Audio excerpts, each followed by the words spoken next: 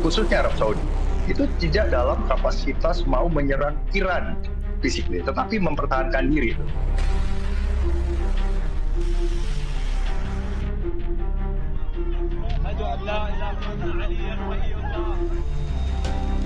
You got to beat them, and we're beating the hell out of them. But we'll see how it turns out.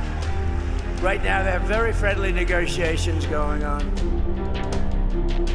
Akibat perjanjian yang rapuh ini, maka perdamaian nyaris jauh sekarang.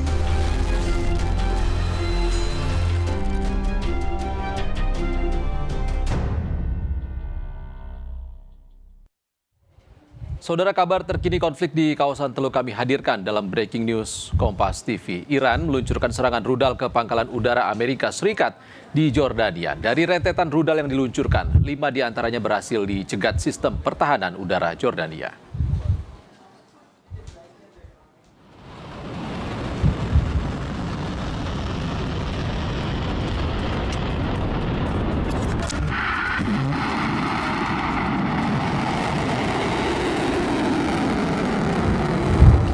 Kantor berita Iran, IRNA, menyiarkan peluncuran rudal ke pangkalan Amerika Serikat. Dalam siaran itu, turut pernyataan dari Garda Revolusi Paramiliter yang menyatakan bahwa Angkatan Udara Garda Revolusi menembakkan rudal balistik ke pangkalan udara Muwafaq Salti dan markas Komando Pusat Militer Amerika Serikat di Jordania.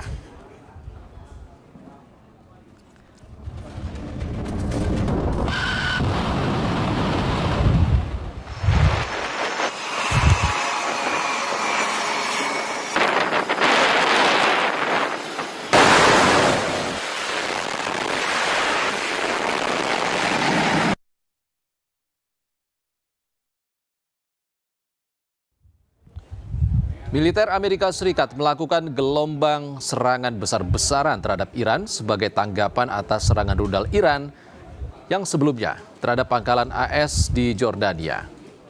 Komando Pusat Amerika Serikat menyatakan pada Kamis pagi bahwa dalam rentang waktu 2 jam, mereka menyerang puluhan target milik Korps Garda Revolusi Iran, termasuk pusat komando militer serta fasilitas rudal dan drone hingga situs pengawasan dan pertahanan pantai. Serangan terbaru ini terjadi setelah Amerika Serikat bekerja sama dengan Arab Saudi untuk menyerang milisi yang didukung Iran di negara tetangganya, Irak.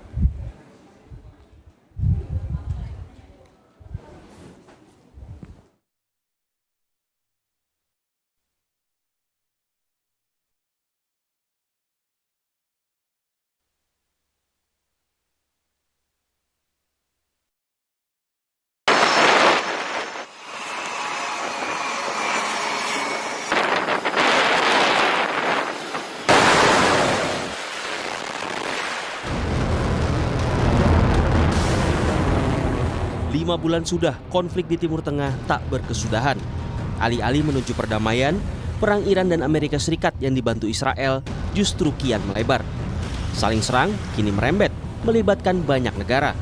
Sekutu Iran dan Amerika turut serta menambah ketegangan.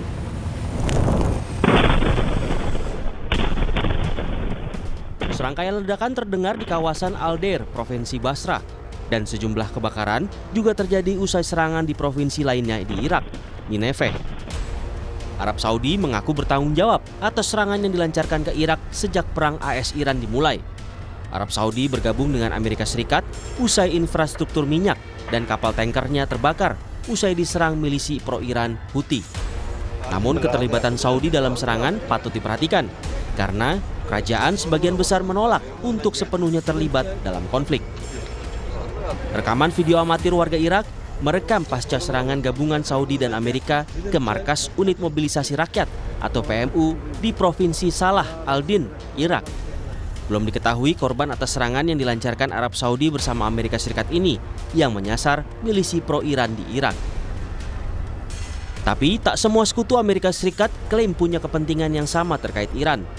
Israel sebagai pendukung AS nomor 1 telah diperintahkan untuk bersiap menghadapi serangan lebih lanjut tanpa keterlibatan Amerika.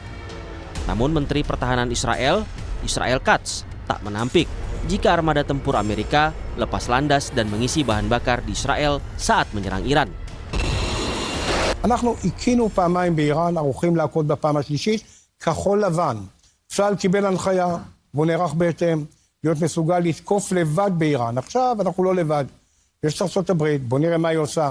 האם היא חוזרת למערכה, האם היא עושה את זה בדרכים אחרות. אבל ישראל אמרה, לא יהיה לאיראן נשק גרעיני. לא נאפשר לה לחזור לתוכנית הגרעין שסיכלנו, וגם כן לא נאפשר לה לצבור יכולות שאיימו על ישראל. אנחנו מול איראן במצב טוב מאוד, מצב מצוין. האימפריה הפרסית הגדולה והרהבתנית והשחצנית. Menurut pakar geopolitik dan keamanan nasional Wibawanto Nugroho Widodo, sekutu Paman Sam punya arah keterlibatan yang berbeda dalam perang Iran. Arab Saudi dinilai membalas serangan untuk mempertahankan diri. Sementara Israel ingin menyingkirkan Iran yang dianggapnya sebagai ancaman eksistensial. Jadi dari Amerika dan juga dari Gulf Country Council, ya termasuk juga Arab Saudi, khususnya Arab Saudi, itu tidak dalam kapasitas mau menyerang Iran physically, tetapi mempertahankan diri itu. Nah, dari perspektif Amerika dalam pertemuan dengan Netanyahu di Washington DC, itu paling tidak ada 5 agenda. Agenda yang pertama itu bicara mengenai mau dikemanakan arah konflik ini, mau diteruskan apa dibentikan. Nah, dari Amerika perspektifnya, satu, memang harus menunjukkan deterrence mereka sebagai superpower, ya. Yang kedua, mereka juga tidak mau sebenarnya larut ke dalam forever war. Sementara Israel itu mempunyai perspektif yang berbeda, Mbak. Israel itu menganggap Iran ancaman eksistensial yang harus dibereskan seawal mungkin. Amerika itu ya tetap akan menggunakan tekanan untuk melakukan yang namanya negosiasi. Jadi korsif diplomasi. Setiap ada serangan militer, disitulah Amerika juga melakukan diplomasi. Jadi ini adalah strategic bargaining, berdiplomasi dengan menggunakan kekuatan militer. Tetapi ke semua pihak itu menahan diri untuk melakukan direct attack. Nah, jadi yang digunakan adalah proxy itu. Terlepas perang Timur Tengah meluas melibatkan sekutu masing-masing, tetapi pertarungan Iran dan Amerika sejatinya masih berkutat di Selat Hormuz. Amerika Serikat teguh menerapkan blokade laut, sementara Iran memperketat pembatasan lalu lintas maritim yang membuat pergerakan kapal-kapal di Selat Hormuz terhambat. Banyak kapal dan tanker berlabuh atau tertahan di lepas pantai perairan Teluk Oman. Media Oman melaporkan, pemerintah Oman terus berupaya mengurangi ketegangan di Hormuz dengan para mitra di kawasan. Sementara Kementerian Luar Negeri Iran menyatakan, Teheran dan Muscat tengah membahas mekanisme untuk memastikan pelayaran kapal yang aman melalui Selat Hormuz. Tetapi, Iran tegas menolak rencana rute pelayaran selatan melalui Selat Hormuz. Wakil Menlu Iran, Kazim Gharibabadi menyatakan, Iran tidak akan mengakui rute selatan bahkan untuk 1 jam pun. Gharibabadi bilang, jika rute yang Iran usulkan tidak diterima, maka tidak akan menerima formula lain dan tidak akan menerima misi internasional yang dipimpin Prancis dan Inggris untuk membersihkan ranjau dari Selat Hormuz. این مذاکراتی که داره با عمان انجام میشه اینها در عین بسته بودن تنگه داره انجام میشه. پس ببینید جمهوری اسلامی چششو در واقع اینطوریه که بسته باشه بگه حالا از مسیر جنوب رد شن. نه، اصرار عمان و حتی طرفای دیگر که با ما در تماسن برخی میانجا میگن آقا حداقل خب از این مسیر برن تا شما تفاهمات رو انجام بدید. به هیچ وجه ما حتی 1 ساعت مسیر جنوب رو به رسمیت نمیشناسیم. Tak cuma soal itu, Iran juga memperingatkan Trump tentang konsekuensi penggunaan asetnya yang dibukukan untuk mengganti kerusakan kapal di Selat Hormuz. Juru bicara militer Iran, Ibrahim Zulfagari, menyatakan semua perusahaan dan negara yang mengikuti arahan Trump untuk menggunakan aset Iran yang dibukukan tidak akan diizinkan melewati Selat Hormuz. ضمن هشدار به رئیس جمهور جنایتکار آمریکا در خصوص تبعات این اقدام غیرقانونی به همه شرکت‌ها و کشورهایی که از پیشنهاد ترامپ استقبال نمایند و از دارایی‌های بلوکه شده ایران تحت این عنوان استفاده کنند اعلام می‌داریم از این به بعد نیروهای مسلح جمهوری اسلامی ایران اجازه تردد به هیچ یک از شناورهای آنها از تنگه هرمز را نخواهند داد. Lalu, apa reaksi Presiden Amerika Serikat Donald Trump?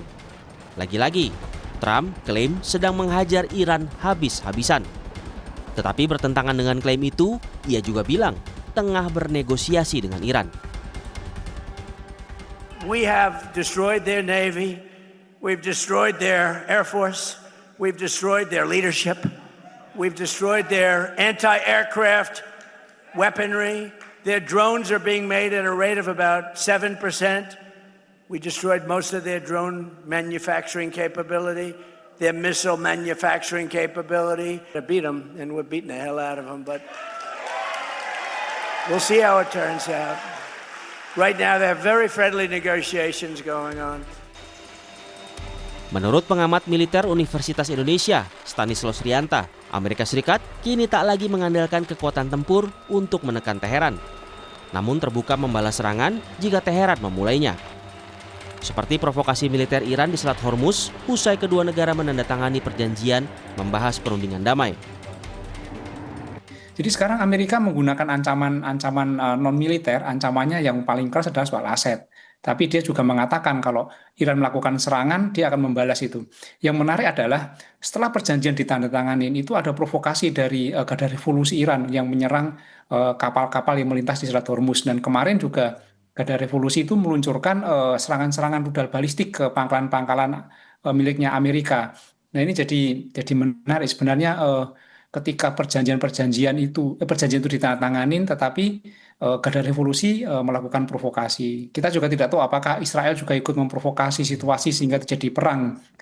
Sudah tidak ada lagi ikatan keduanya untuk saling meredam perang ini, sehingga jeda juga sudah diakhiri, maka mereka saling serang. Jadi akibat perjanjian yang rapuh ini, maka perdamaian nyaris jauh sekarang, sudah jauh dari angan-angan semua orang. Lalu bagaimana nasib perdamaian di Timur Tengah ke depannya? Apakah kian jauh dari angan? Atau Iran dan Amerika mau duduk bersama mengakhiri pertikaian? Yang itu loh, yang kotak, yang